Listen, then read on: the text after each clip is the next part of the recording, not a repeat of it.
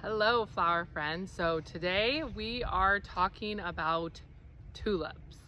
I have an intense love-hate relationship with tulips. I have had really great years with tulips, and then I have had disaster years with tulips where I lost a bunch of money growing them. I swore them off at one point and said I was never going to grow tulips ever again. And then I was accidentally sent tulip bulbs and they were forced upon me.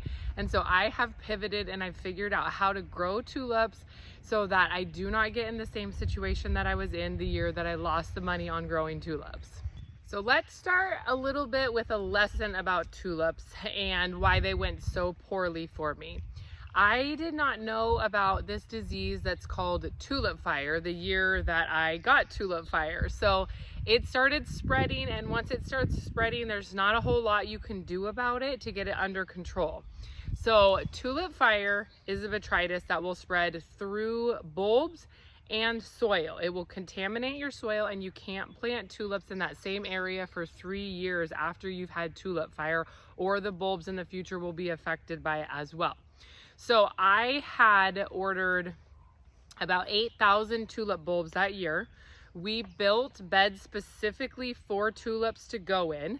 And so I had long beds with different varieties in it, and they were all next door to each other. So the one variety had tulip fire, it spread through that variety and then spread through the soil to several other varieties. I ended up losing about 3,500 tulips to tulip fire that year, which when you have 8,000, that's almost half of your crop. So I basically lost money on the tulips that year. I swore them off and I said I was never gonna grow tulips again. And then I started just thinking about what I was going to do in the spring, and tulips are such a spring staple that I just decided, well, maybe spring flowers are not for me. And I kind of took a couple years off of like really intensely growing tulips. And then I have since gone back to planting some tulips, but not a crazy amount of them. And what I do now is I crate plant all of my tulips. So ta-da, I have a bunch of these crates like this. And these are very sought after in the cut flower world. I feel like everybody's like, hold on to your crates, and we're all kind of hoarders of these. But I have hundreds of these black crates now, and so I plant all of my tulip bulbs in the black crates. So that way, if I come across tulip fire, it's contained into one crate, and I can dispose of the bulbs and the dirt and not have it affect the rest of my field. So what I do is I will take these black crates, I will put a piece of cardboard on the bottom so that the soil doesn't come out the bottom. And then I will layer cardboard, soil, and then the tulip bulbs on the top, and then put a layer of soil over the top of them. Usually I'm trying to tarp off another area in my field or somewhere around our property to prep the land for expansion. And so these are really heavy, and they're great to weigh down tarps in the winter. So you can plant your tulip bulbs in the fall, have your heavy crates, and then if you are trying to expand another area and you have tarps down killing the grass and weed, use these crates to weigh those down in the wind so that you don't lose the tarps in the winter. So they're kind of like a dual purpose thing. And then come springtime, these guys just pop up. So I've kind of talked about the negative first here, because in my experience, tulip fire is not talked about enough, but it's pretty common. There's a lot of growers that have dealt with it. So my suggestions on tulips for you: don't field plant them. Don't put them in your field where if you come across tulip fire, it's going to spread through your soil. It cannot. Botrytis like that can affect peonies and other crops as well, so you just want to be careful with it. So if you keep it contained in either bulb crates like that, smaller raised beds, pots, or anything like that, that's great for tulips. And you can plant tulips really close together, like eggs in an egg carton, and so you can fit a lot into a pot or a bulb crate or something. So the ones that I just showed you, I can fit about 80 to 100 bulbs in there depending on what variety it is. Some variety, the tulip bulbs are bigger than others. So you can fit about 80 to 100 in there. So well, you don't need a ton of crates or places to plant if you're not planting thousands and thousands of bulbs. Now I'm kind of talking about this in regards to like people who are growing for production. So if you're growing tulips to sell because you're a cut flower farm, you want to plant them close together. By planting them close together like eggs in an egg carton, it tells the tulips to reach higher and grow longer stems. So that's what you're looking for cut flowers. You want to have good long stems. You're going to pull that whole bulb out in the spring and get rid of it.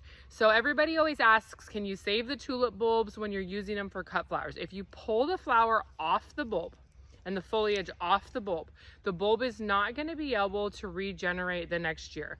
You can save the bulb and you might get foliage next year, but you're not going to get a flower. So in the cut flower world, everybody that uses the bulb and pulls the flower off composts their tulip bulbs and gets new next year. Now, if you're a home gardener and you're just wanting to have tulips in your yard and you don't plan on pulling them, you can actually plant the tulip bulbs further apart because they'll regenerate more bulbs under the ground the next years. There's a cat in the tulip bin. Now Frank's part of the video. So if you are just doing it for landscape and you're just a home gardener, you can plant your tulip bulbs about 4 to 6 inches apart, and then they will create little tulip babies under the ground, and over the years you'll get more. And then those ones you're not pulling out of the ground, so they will come back the following year. So if you're not pulling the flower out of the ground and using it or cutting it and using it in a vase, the bulbs will come back the next year. So if you're using them for landscape, you can plant them around your house or wherever and just look at them, and they're pretty in the fall or in the spring, and then the next spring they will come back for you. So that's a little bit about kind of tulips and their uses. So if you plan to use them for cut flowers, you want to plant them close together, which forces them to have longer stems. If you're using them for landscape, they can be planted farther apart and they will regenerate bulbs under the ground and themselves the next year. So they will grow a flower a year after year as long as they're in good draining soil where the bulbs aren't going to rot. Tulips are very hardy, so that's the one real positive about tulips, where there's a lot of other spring flowers that you have to overwinter. Tulips you don't have to do, or sorry, when you're overwintering other cut flowers, you have to give them protection. You need a tunnel, you need shade, frost cloths, all these different things that if it gets cold. Tulips don't need anything. They can be in these crates and they will just come back in the spring. They'll take snow, they'll take rain, they'll take everything. As long as they're draining well in soil, you do not need to worry about the tulip bulbs. They will be totally fine and they will pop up in the spring for you. So in that regards, they're a pretty easy crop that you just plant them and leave them alone. Over the winter, ranunculus and anemones, they need more attention. You're getting them in hoops, you're putting frost cloth over them. If the sun comes out and it gets hot, you're taking the hoops up, you're taking the frost cloth off. So there's a lot more work in some of those crops. And that's what's nice about tulips, is it's just you plant and then you leave them and then they come in the spring. So there's a lot of positives to tulips. Also, it seems like in the spring people are really wanting flowers. It's been cold, it's been wet, it's been dark and gray, and they're just ready for some color and some flowers and getting on to spring and summer. And so people are really excited about flowers in the spring, and those tulips will be kind of some of your first crops, and people will be excited to buy those flowers. Or if you're doing it in your home just for yourself, you get excited. You're like, oh yay, my first flower. So there are positives of tulips. I personally really like tulips. I like to have them on my kitchen island, and I really enjoy them. I've just had some negative experiences with tulip fire, which really kind of made me a little wary about planting tulips. But now that I plant them in the crates, I don't worry about the tulip fire. If I lose one crate, it is what it is. That's just how it is. You're never going to bat 1,000 in growing cut flowers. You're always going to lose some of them. And so with them in the crates, I feel like it's kind of the insurance that I needed to bring them back to the farm. So this year we're planting tulips again. And some of my favorite ones that I do here are just our mixed spring tulip bulbs. They're the singles. They're not the fancy doubles. They're more cost effective. And I just love that classic tulip shape with all the fun bright colors. And so that's what we're planting today. I'm gonna do about 500 of them in crates today. And then over the next week or so, I'll just plant out the other varieties of the doubles and all that kind of stuff. And so I can just kind of take my time over the fall planting them as the weather's nice, sunny today, so I didn't want to plant when it was raining.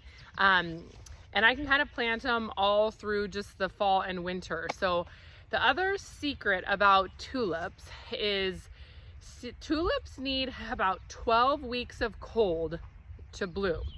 When you live somewhere that the temperatures are really hot, you probably want to look to buy pre-chilled bulbs. I live here in the Pacific Northwest where our winters are pretty cold and rainy. We don't get super freezing temperatures a lot, but we stay pretty mild as far as the cold. I have planted tulips as late as the last week of January and had them bloom in the spring in time for Mother's Day. So here is one of my biggest tricks and tips with tulips is if you live in a climate where you can still have 12 weeks of cold and you do not want your tulips earlier in April. So for me, I don't really want my tulips super early in April always because I don't always sell a spring subscription. I don't book a lot of weddings in the spring. I mostly do summer weddings. So having a bunch of stuff bloom in April, I don't really have an outlet for it always. So what I've started doing is I will save back some of my bulbs and I will plant them in mid to late January. And then those tulips will bloom later April, early May. And then I can store them in the cooler and save them for Mother's Day. So those tulips can last in a cooler up to 3 weeks dry stored on the bulbs. And then I can take the bulbs off, rehydrate them in water, and use them for Mother's Day. So that has been a game changer for Mother's Day flowers. Mother's Day usually lands the second weekend of May, which that's kind of a weird gap for us here in the Pacific Northwest. Usually tulips would have been done and we maybe have like ranunculus and anemones and stuff to sort of fill in, but it's kind of this weird gap for me here. My peonies aren't ready yet. And so I'm always looking for Mother's Day flowers because Mother's Day is the biggest flower day of the year. Last year on Mother's Day, we did 180 Mother's Day wraps. And so that's a lot of flowers that you need. So by planting my tulips later in January, I was able to save thousands of tulips last year for Mother's Day. And it really helped us fill all those orders. So if you live in a climate where you can get that cold weather for at least 12 weeks, you can plant later than the fall. You can plant November, January, February. As long as you're gonna get that cold in the spring, then they'll come up. The risk that you run is if your temperatures are warmer and you plant in January, those tulips might end up, if they don't get enough cold, they will be short stemmed and you won't be able to use them in like a big market wrap or something like that. So there is a risk if you don't have the cold temperatures, but then so like all my advice I will ever give you, I will say, do not put all of your eggs in one basket. So if you want to try doing what I do in January, save some of your bulbs, try it out, see how it works for you in your climate, in your situation. Everybody's different. So even if you live close to me, it might not work great for you in your situation. So save some bulbs, not all of them, to test out if January planting works for you to have flowers closer to Mother's Day. So now we are going to plant some bulbs. I'm going to show you how to plant for cut flowers and how to plant for landscape, the spacing. Okay, so first spacing on cut flowers. These ones, you want to plant them close together, just like they are in an egg carton. So these guys, you just plant them really close and they can all just sit just like this next to each other. So you can pack in as many bulbs as you can, and then they will grow this close together.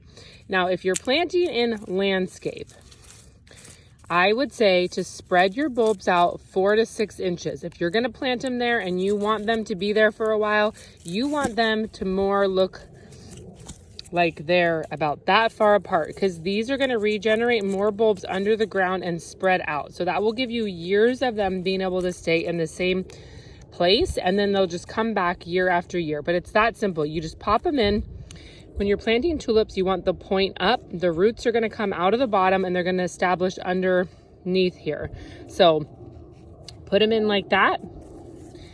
And then when you're done, just cover them up with a couple inches of dirt, and that's that. Tulips are one of the easiest flowers to plant, in my opinion, especially in crates, because you're not having to dig holes and all that kind of stuff. All right, so there's our lesson on tulips. I hope everybody learned something today. I hope that makes kind of tulips a little bit easier and more exciting for you.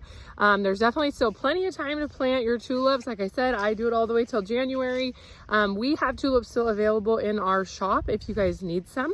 The single mixed ones, like I said, those are some of my favorite, and they are less expensive than the big double ones, but there's still double ones and pretty ones in the shop if you guys want to grab some tulips and do some planting with me.